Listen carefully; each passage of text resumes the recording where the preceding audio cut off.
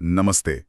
आज हम एक दिलचस्प पंजाबी उपन्यास पर बात करने वाले हैं, 40 दिन।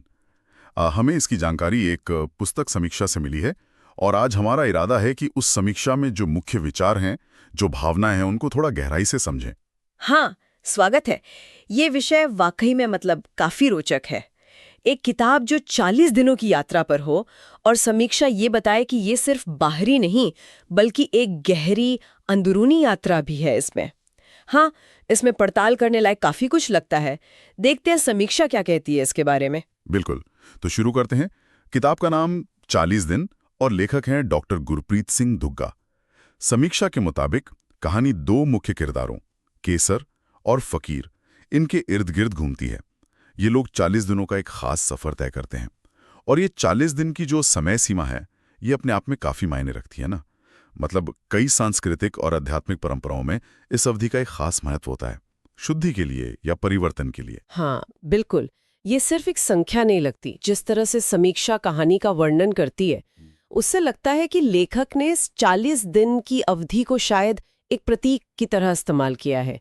ये किरदारों के लिए हो सकता है एक आत्मखोज या एक तरह के बदलाव की अवधि हो, जहां उन्हें न सिर्फ बाहरी मुश्किलों का सामना करना है बल्कि अपने अंदर की जो उथल-पुथल है उससे भी जूझना पड़ता है। समीक्षा का जोर इसी अंदरूनी पहलू पर ज्यादा लगता है। बिल्कुल, समीक्षा साफ कहती है कि ये सिर्फ घटनाओं का ब्यौरा नहीं है। किरदार अपनी सोच से, अपने विश्वासों से, अपने रिश्तों और अपनी आत्मा की गहराइयों से रूबरू होते हैं। ऐसा लगता है जैसे बाहरी दुनिया में तो चल ही रहे हैं, पर मन के भीतर एक ज्यादा मुश्किल सफर तय कर रहे हैं। समीक्षा इस आंतरिक संघर्ष को कहानी का केंद्र मानती है। क्या आपको लगता है कि यही वो चीज है जो इस कहानी को खास बनाती है, मतलब समीक्षा के नजरिए से? मुझे तो यही लगता है। हाँ, समीक्षा जिन विषयों का जिक्र करती है, जैसे रिश्तों की उलझनें हैं, आस्था और शक के बीच का जो द्वंद्व है, खुद से लड़ाई और जीवन के वो बुनियादी सवाल जिनसे हम अक्सर बचते हैं, ये सब बहुत गहरे और बहुत ही व्यक्तिगत अनुभव हैं।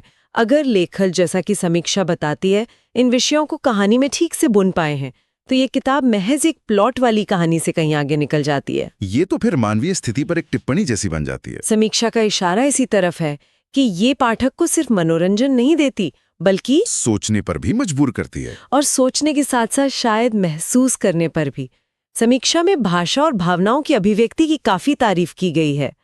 कहा गया है कि डॉक्टर दुग्गा की कलम में वो बात है कि पाठक कहानी के माहौल को, किरदारों के दुख सुख को सीधे महसूस करता है, जैसे वो खुद वहां मौजूद हो। ये आसान नहीं होता किसी लेखक के लिए। हाँ, ये वाकई लेखन की एक बहुत बड़ी खूबी है, जब भाषा सिर्फ जानकारी देने का माध्यम न रहकर पाठक के दिल और दिमाग को छूने लगे तो कहानी यादगार बन जाती है। समीक्षा का ये कहना कि पाठक खुद को उस सफर का हिस्सा महसूस करता है, ये बताता है कि लेखक शायद भाषा के जरिए एक भावनात्मक पुल बनाने में कामयाब रहे हैं। हो सकता है इसमें विवरणों का सटीक इस्तेमाल हो, या किरदारों के संवाद बहुत असली लगते हों, या फिर भावनाओं का वर्णन बहुत मार्मिक हो। समीक्षा इस बात पे जोर देती है कि यही भावनात्मक जुड़ाव कहानी के असर को कई गुना बढ़ा देता है। और इसी भावनात्मक जुड़ाव का शायद एक और नतीजा है जिसका जिक्र समीक्षा करती है, कि ये किताब पाठक को रुकने और सोचने पर मजबूर कर देती है।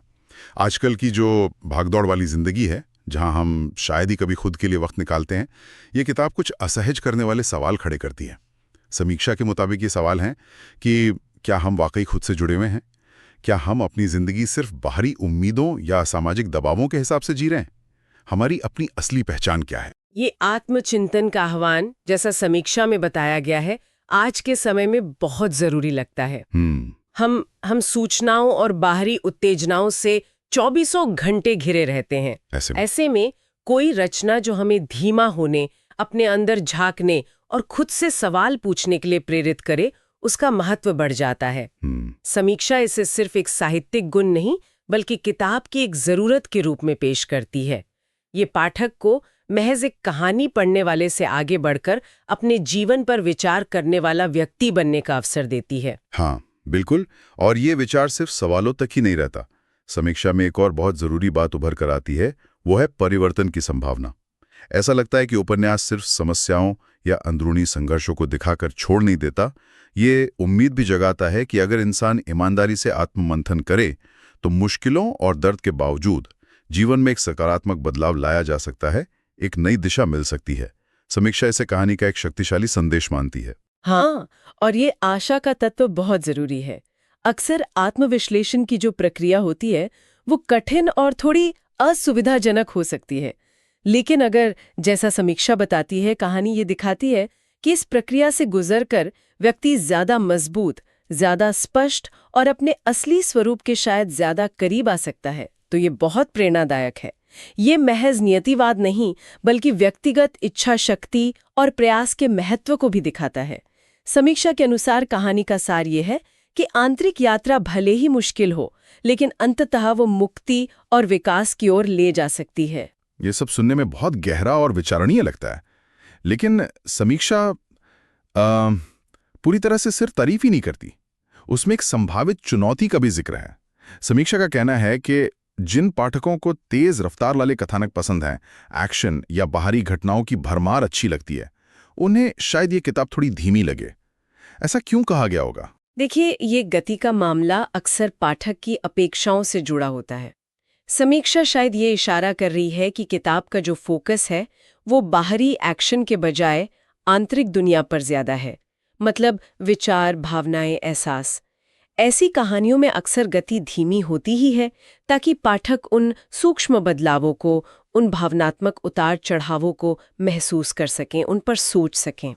इसे कमी कहना शायद सही ना हो, ये शैली का एक चुनाव है। समीक्षा बस ये साफ कर रही है कि ये किताब शायद हर तरह के पाठक के लिए नहीं है। जिन्हें किरदारों की मनोवैज्ञानिक यात्रा में रुचि है, उनके लिए ये धीमी गति शायद अनुभव को और गहरा बनाएगी। हाँ, ये बात तो सही है। हर किताब हर किसी के लिए नहीं होती। तो अगर हम समीक्षा के सार को समेटने की कोशिश करें तो मुख्य संदेश क्या निकलता है?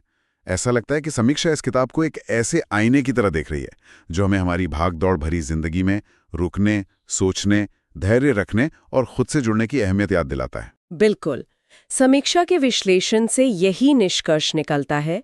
ये किताब समीक्षा के नजरिए से सिर्फ केसर और फकीर की 40 दिनों की कहानी नहीं है, बल्कि ये आधुनिक जीवन की जो गति है, जो सतहीपन है, उस पर एक टिप्पणी है। ये धैर्य, आत्मनिरीक्षण और ठहराव जैसे गुणों के महत्व पर जोर देती है, जिन्हें हम अक्सर नज़रअंदाज कर देते हैं। समीक्षा इसे एक ऐसी रचना के रूप में पेश करती है जो मनोरंजन के साथ साथ आत्म जागरूकता का अवसर भी देती है।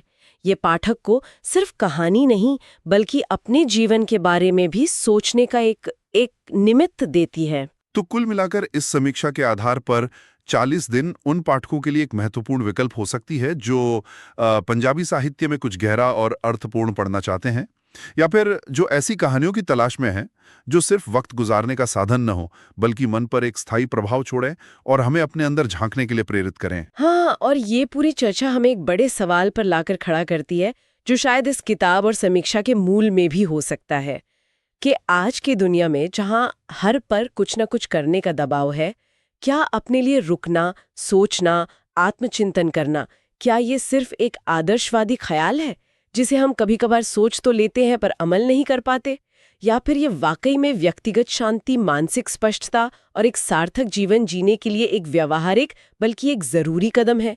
शायद इसी सवाल पर विचार करना इस चर्चा का सबसे अहम नतीजा हो सकता है।